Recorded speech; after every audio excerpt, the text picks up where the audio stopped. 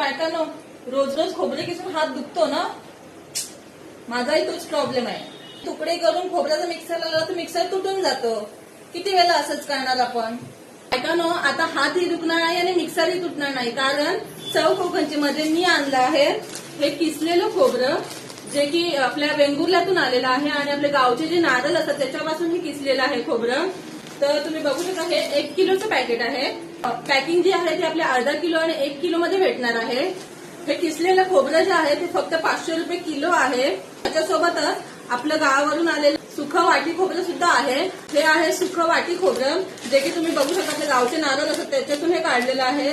जाड अशी याची क्वालिटी आहे खोबऱ्याची आणि वाटी सुद्धा नरम आहे. सुखं वाटी खोबरं आहे ते फक्त 420 रुपये किलो आहे. बाहेरच्या मार्केटमध्ये तुम्ही बघाल तर 400-500 रुपये किलो आहे, पण तो इकडचा माल असतो आणि हा प्रॉपर थेट कोकणातून आलेला 420 रुपये किलोने तुम्हाला भेटणार आहे.